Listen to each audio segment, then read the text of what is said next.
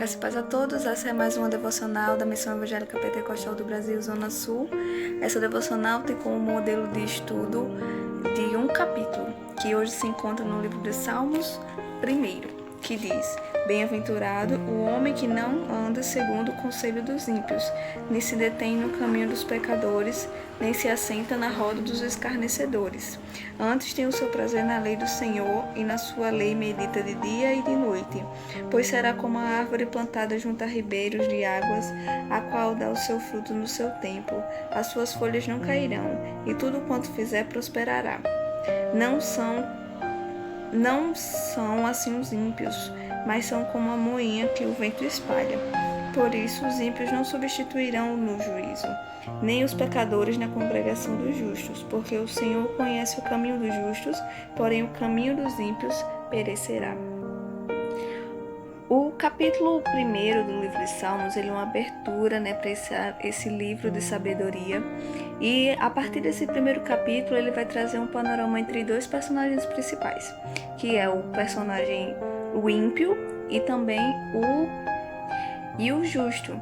Então, entre um versículo e outro, o salmista ele vai trazer especificidades, características entre os dois. Essas características são opostas, o que vai trazer o contraste entre os comportamentos do ímpio e o comportamento do justo. Então ele vai começar dizendo, chamando primeiramente o justo de bem-aventurado, que significa o homem cujo o seu coração está em Deus, o bem-aventurado, desfruta do favor e da graça do Senhor. Esse homem que foi alcançado pelo Senhor, ele é bem-aventurado, pois seu coração se enche, desse amor de Deus. E esse homem cujo tem essas características, esse homem bem-aventurado, ele é um homem que ele não anda segundo o conselho dos ímpios. E aí esse ímpio ele vai ser caracterizado como alguém, que está a favor do pecado, que pratica o mal e que não segue a lei de Deus. Esse homem bem-aventurado, o seu coração, ele está longe, desse ímpio, desse homem que pratica o mal, desse homem que não vai aproximá-lo mais de Deus. E além disso, ele vai trazer também que esse homem ele não se detém no caminho dos pecadores. Ele não está lá envolvido, ele não pactua com aquilo, ele não está junto a essas pessoas, essas coisas, essas práticas. Assim como também ele não se senta na roda dos escarnecedores, nessas práticas, nessas pessoas que ridicularizam as coisas de Deus.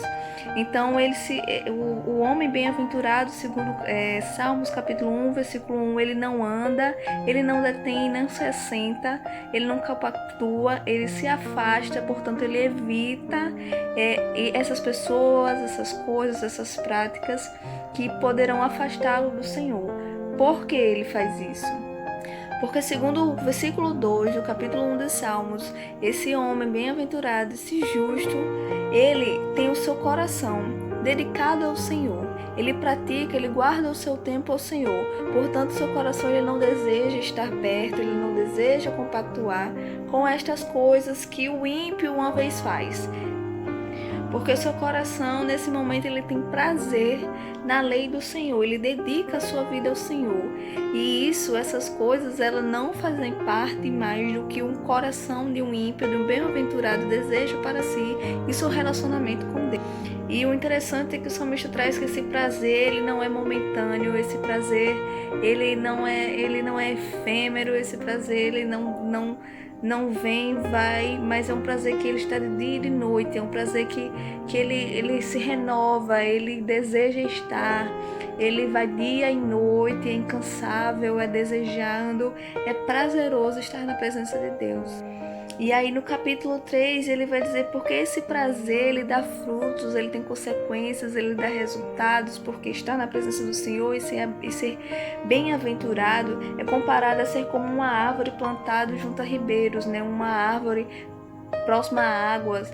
Quer dizer que uma planta que dá frutos, é frutífera, é uma planta firme, é uma planta forte, é uma planta viçosa, é algo que faz a diferença, é algo que deseja estar ali produzindo, sendo algo de espelho porque também esse símbolo de árvore próxima às águas é sinal de bênção de Deus ao seu povo, né, de cuidado, de provisão, de prosperidade. Enquanto que na continuação, a partir do versículo 4, ele vai começar a exemplificar o que o ímpio pode parecer, né? Segundo as comparações, os exemplos que a Bíblia traz, segundo a comparação daquele povo. Então ele vai comparar nesse momento os ímpios a uma moinha que o vento espalha como algo efêmero, algo vulnerável, algo que não se está próximo, não se sustenta, porque podemos até refletir, porque aquelas pessoas que não conhecem o Cristo e o seu amor, assim como os seus pensamentos, suas práticas, seus comportamentos aqui são comparados a algo vulnerável, assim será na eternidade, né? Então, mais uma vez, a gente pode destacar essas comparações extremamente opostas entre o justo e o ímpio, né? Assim como as comparações que a Bíblia traz acerca de exemplos que aproximam da realidade. A partir do versículo 5, ele vai trazer então as consequências, a continuidade dessas escolhas entre o ímpio e o justo. Porque enquanto o ímpio diz que não se substituirá no juízo, ele colherá, portanto, os frutos de alguém que uma vez ridicularizou e apostatou de algo que da graça de Deus, da salvação. E enquanto o justo terá para si a glória, a honra de conhecer o Senhor face a face e passar a eternidade com esse Senhor, o qual ele dedicou em conhecer e sentir o prazer em estar na presença desse Deus.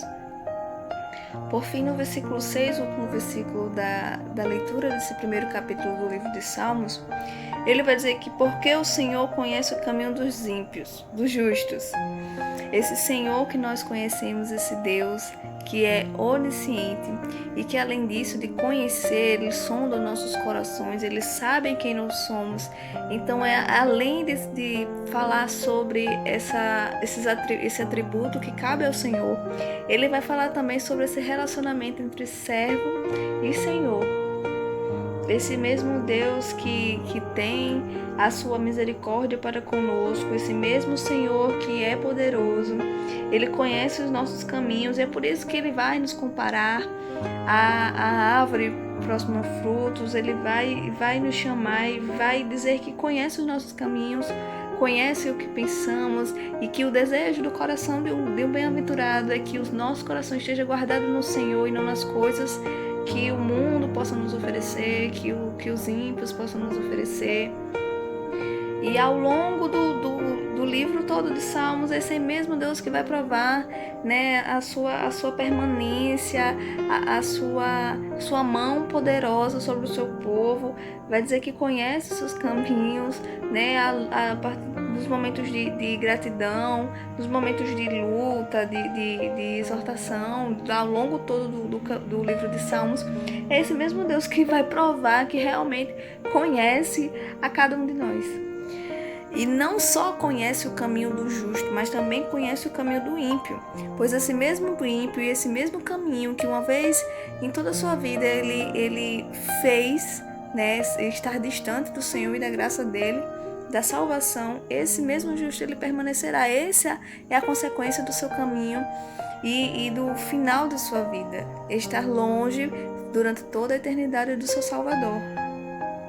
Portanto, a reflexão que esse primeiro capítulo muito conhecido do livro de Salmos faz é achar em nós essas características de um bem-aventurado, de um justo, de alguém que tem prazer na lei do Senhor, de alguém que possa ser comparado a uma árvore junto a águas, de alguém que vai passar a eternidade com o Senhor, de alguém que é justificado e que tem o seu caminho, né, na palavra do Senhor, em alguém que dedica o dia e a noite em conhecer a esse Deus, Então, que possamos nos achar nessas características do bem-aventurado, que possamos praticar mais a palavra do Senhor, né? Que a nossa felicidade, que o nosso desejo seja ser como um bem-aventurado, e que possamos também, assim como esse bem-aventurados, nos afastar, né?